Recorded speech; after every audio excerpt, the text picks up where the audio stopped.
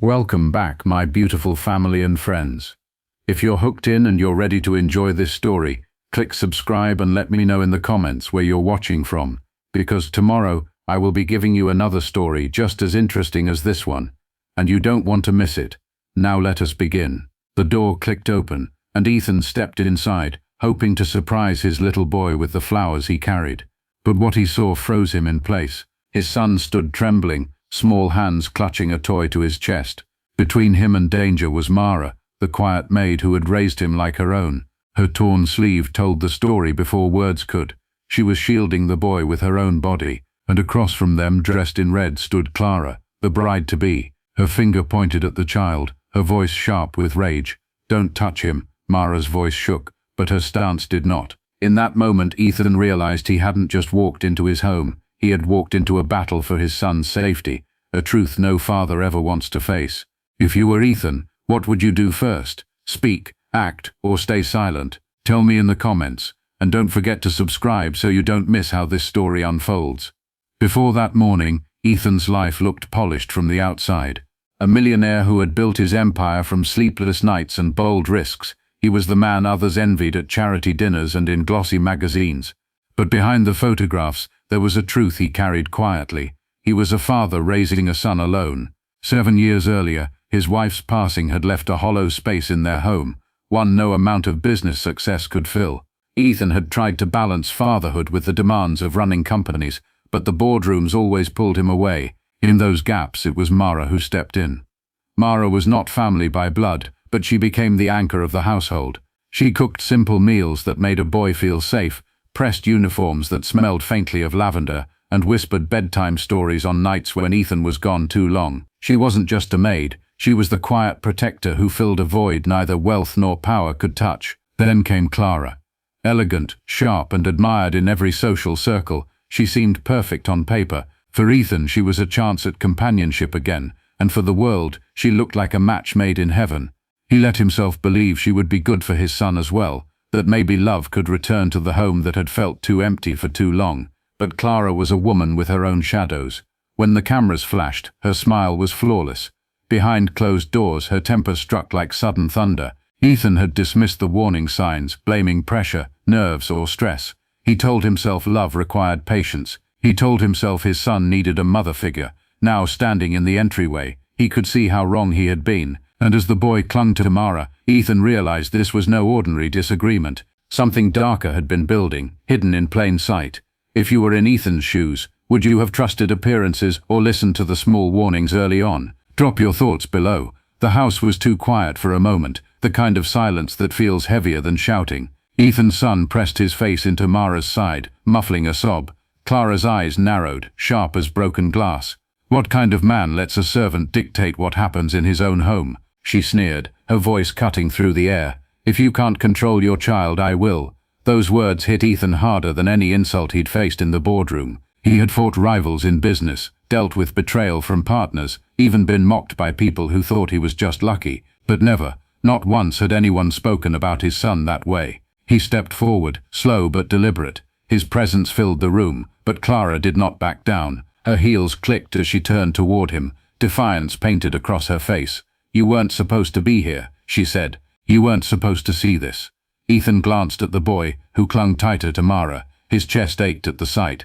The truth was no longer hidden. No excuses could soften it. The woman he had planned to marry, the one he thought would bring warmth back into their lives, had turned her anger on the very child she should have embraced. "Clara," he said evenly, though his hands trembled, "leave him out of this." Her laugh was hollow. "You think money makes you untouchable. I won't be pushed aside. Not by you, not by her." She jabbed a finger toward Mara, whose jaw tightened though she stayed calm.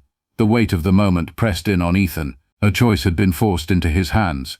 Act now or risk losing the one thing in the world that mattered most. There would be no postponing, no pretending. The fragile balance of his home had cracked open in front of him. For the first time in years, Ethan wasn't thinking like a millionaire. He wasn't thinking like a man juggling appearances and deals. He was thinking like a father whose son had been cornered, and that realization lit something inside him he hadn't felt in a long time, rage sharpened by love. This was the moment that would change everything. If you were standing where Ethan stood, would you confront Clara on the spot, or wait until you had proof to end things cleanly? Share your thoughts in the comments. I'd love to hear your instinct. Clara's defiance did not end that day.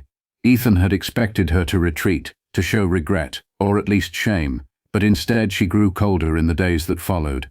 She stopped pretending for Mara, avoided Ethan's son entirely, and spent her evenings on the phone behind locked doors. At first Ethan thought it was simply pride, Clara nursing her wounded ego, but then small things began to surface. The handwriting was Clara's. Inside, the message wasn't tender, wasn't even rational. It was a warning, almost a threat, telling the child that his presence was ruining everything.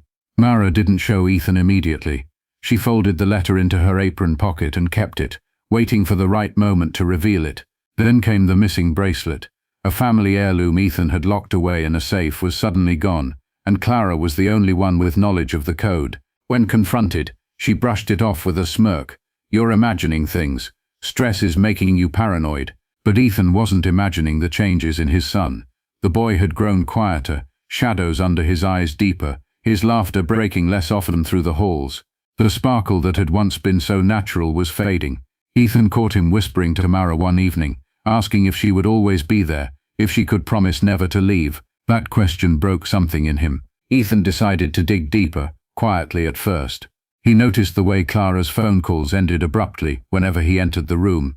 He saw strange names appear on the call log, men he had never met, numbers linked to companies with reputations dirtier than the streets they operated in. It wasn't just Clara's temper anymore. It was something else, something hidden. He began to wonder if he had let danger slip into his home, not by accident, but by choice, blinded by appearances and loneliness. One evening, while Clara was out, Mara finally placed the folded letter on Ethan's desk. He read it slowly, his hands tightening with every word. His son was not safe, not emotionally, and perhaps not even physically. That night, Ethan sat in his study long after midnight, staring at the city lights through the window. He had built skyscrapers, signed contracts worth millions, earned respect in places where no one gave it freely, yet here he was, afraid in his own home, afraid for the only person who truly mattered. And the strangest thing was, Mara seemed calmer than he did. She carried the boy's weight with grace, never showing fear in front of him. Ethan began to realize that Mara was not just protecting his son, she was holding the very soul of the household together, piece by fragile piece. But questions pressed harder now. Who was Clara speaking to late at night? Why had she turned her anger so sharply toward a child who had done nothing but exist? And how much had Ethan ignored in his rush to rebuild his life? The deeper he looked, the more he felt a truth closing in on him. Whatever Clara's secrets were, they were not small, and the day was coming when they would no longer stay hidden. Ethan had returned home earlier than expected from a late meeting. The house was dim, only a lamp in the hall throwing a faint glow against the walls. He passed his son's room first, listening for steady breathing, and when he heard it his shoulders eased. The boy was safe for now. But then he heard voices, Clara's, low and sharp, coming from the study. He froze just outside the door. Another voice answered her, male, rough-edged, the kind of tone born in places that never knew velvet carpets or crystal chandeliers. "You promised," the man hissed. "The money, the papers, the account numbers. Don't play games with me." Ethan's heart slammed in his chest. He edged closer, careful not to be seen. Clara's reply came in a whisper. "I'll get it. He trusts me. A few more weeks and I'll have everything. Then you'll never have to worry again." Ethan's hands went cold. It wasn't just temper, wasn't just jealousy. Clara was planning something far darker, using him, his wealth, maybe even his son as leverage. The life he thought he was rebuilding was nothing more than a stage for her betrayal. In that moment, Ethan understood what Malik had been shielding him from. Clara hadn't simply lashed out in anger. Her cruelty was part of a deeper plan, and his son, innocent and small, had stood in her way. He leaned back against the wall, forcing his breath quiet. For years he had built his empire on instincts, on knowing when a deal was rotten. Yet in his own home he had silenced those instincts in the name of companionship. He had wanted so badly to believe in love again that he had ignored the cracks screaming beneath the surface. But now there was no more denial. The woman he had nearly married was working with men who wanted his fortune, maybe even his downfall. And the person who had kept his son safe all along wasn't the one wearing diamonds. It was the maid in a torn apron who had stood her ground with nothing but courage. That realization twisted inside him, both shameful and liberating. He had been blind, but not anymore. Ethan walked away from the study quietly, leaving Clara's secret conversation behind him. His mind raced with questions. How deep did this betrayal go? How long had she been plotting, and what was her endgame? But one thing was certain: he could no longer hesitate. The protection of his son demanded action. This was no longer about embarrassment or disappointment. It was about survival. And if you're drawn in by this story so far, don't forget to like this video, share it with a friend who loves emotional stories, and subscribe so you never miss what happens next. Sleep became a stranger in the days that followed. Ethan lay awake long after the city outside went quiet, shadows stretching across his ceiling like questions without answers. Every sound in the house felt louder: footsteps on the stairs, a door closing too firmly, even the tick of the hallway clock. He could no longer look at Clara without hearing that late-night whisper in the study. Yet he couldn't reveal what he knew, not yet. His silence was a cage, and every day it tightened around him. The worst part wasn't Clara, it was the boy. Ethan's son had grown pale, his laughter rare. He jumped at small noises, clutched Mara's hand wherever they went. Ethan caught himself studying his child's face as though he needed to memorize it, afraid somehow that he might lose him if he looked away too long. One evening, after Clara stormed out in another fit of temper, Ethan found his son sitting cross-legged on the floor with Mara beside him. The boy held a crayon, dragging blue lines across a scrap of paper. When Ethan leaned closer, his throat tightened. It wasn't a house or a tree. It was a picture of Mara standing in front of him, arms spread wide, with Clara looming in red behind them. "Why did you draw this?" Ethan asked softly. His son didn't look up. "Because she always saves me." The words cut deeper than any betrayal ever could. In that moment, Ethan realized he had failed in the one place a man cannot afford to fail: protecting his child. Later that night, he sat in his office, head in his hands. He had millions in the bank, buildings that bore his name, influence that stretched across continents, but none of it mattered. All of it felt useless against the simple, devastating truth: he had invited danger into his own home. The shame was unbearable. For a moment he even considered walking away from it all, signing over companies, disappearing with his son somewhere far away, starting life again from nothing. It felt easier than facing the reality of Clara's deception, easier than admitting how blind he had been. Malik knocked gently and stepped in, holding a tray with tea. She didn't lecture or scold. She just set the cup down and said quietly, "You're stronger than this. He needs you to be." Her words lingered long after she left the room. Stronger. Ethan wasn't sure he was. For the first time in years, he felt like the world had beaten him. This was his lowest point, the moment when hope seemed small and defeat loomed large. The following morning carried a stillness that felt different, the kind of quiet that comes not from defeat, but from decision. Ethan sat at the breakfast table long before anyone else, staring at the steam rising from his untouched coffee. His son's crayon drawing lay folded in his pocket, pressing against his chest like a reminder. Mara's words from the night before echoed in his mind. "He needs you to be strong." He realized then that running was not an option. Hiding would not protect his boy. Silence would not heal the fear that had already taken root. The only path forward was to face the storm directly. Later that day, Ethan called his most trusted advisor, a man who had stood beside him long before the success and the headlines. Without giving details, Ethan asked him to discreetly check Clara's connections, her financial dealings, every thread that might explain the late-night calls. By evening, the first pieces began to surface. Shell companies, accounts tied to names Ethan had only ever seen whispered in legal disputes, numbers that didn't add up. It was worse than he imagined, but strangely, the weight lifted as truth replaced doubt. He was no longer stumbling in the dark. He finally knew what he was dealing with. That night, as Ethan tucked his son into bed, the boy whispered, "Are you going to make her leave?" His small voice trembled with both fear and hope. Ethan smoothed his hair back gently and answered, "No one will ever hurt you again. That's a promise." The boy's eyes closed with the kind of trust that can't be bought, only earned. And in that moment, Ethan felt something shift deep inside him. He was not just a man with money or power. He was a father with resolve, and that was stronger than anything Clara could plot behind closed doors. When he stepped back into the hallway, Mara was waiting quietly. She didn't ask questions, but their eyes met, and she seemed to understand.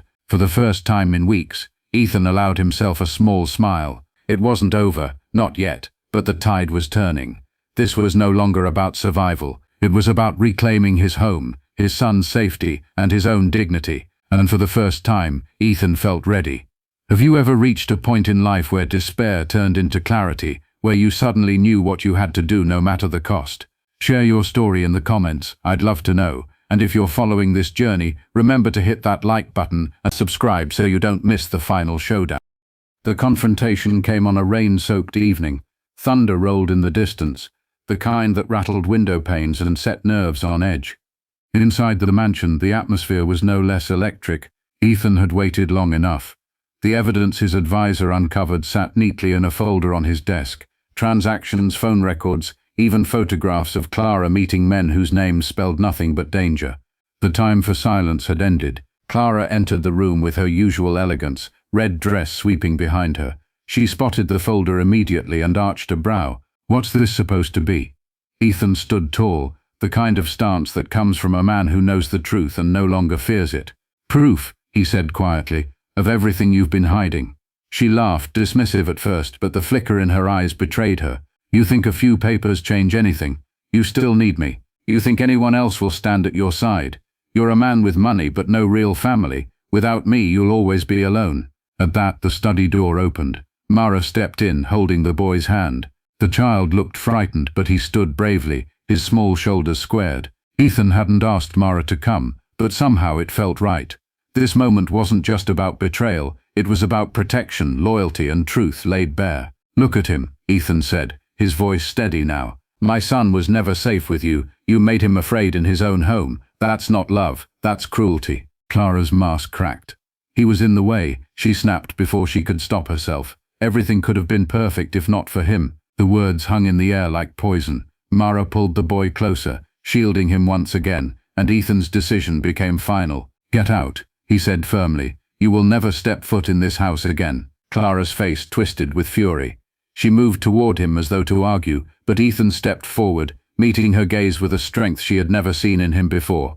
If you try to fight me on this, he added, voice low, I will make sure every connection you've built on lies and stolen money crumbles. This ends tonight. For the first time, Clara faltered. She glanced at the folder, then at the boy clinging to Mara's side, and realized she had lost. With one final glare, she turned on her heel and stormed out, the door slamming behind her. The silence that followed was heavier than thunder.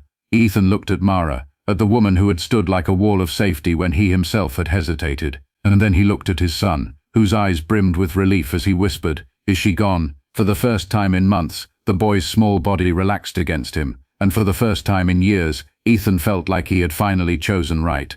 Do you think Ethan should have exposed Clara publicly, or was sending her away in silence the wiser choice? Let me know in the comments. But the days that followed were like the slow clearing after a storm. The mansion, once filled with tension, began to breathe again. No more shouting behind closed doors. No more whispered phone calls late at night. The air felt lighter, the silence softer. Ethan devoted himself to his son in a way he hadn't in years. School runs, bedtime stories, lazy afternoons building toy rockets in the living room. The boy's laughter, once rare and cautious, returned, filling the house like sunlight spilling through open windows. Mara stayed, though Ethan offered her time to rest, to heal from all she had endured. She refused to step back, gently reminding him, Your son still needs me. Truthfully, Ethan realized he needed her too. She had been the backbone of his home long before he acknowledged it.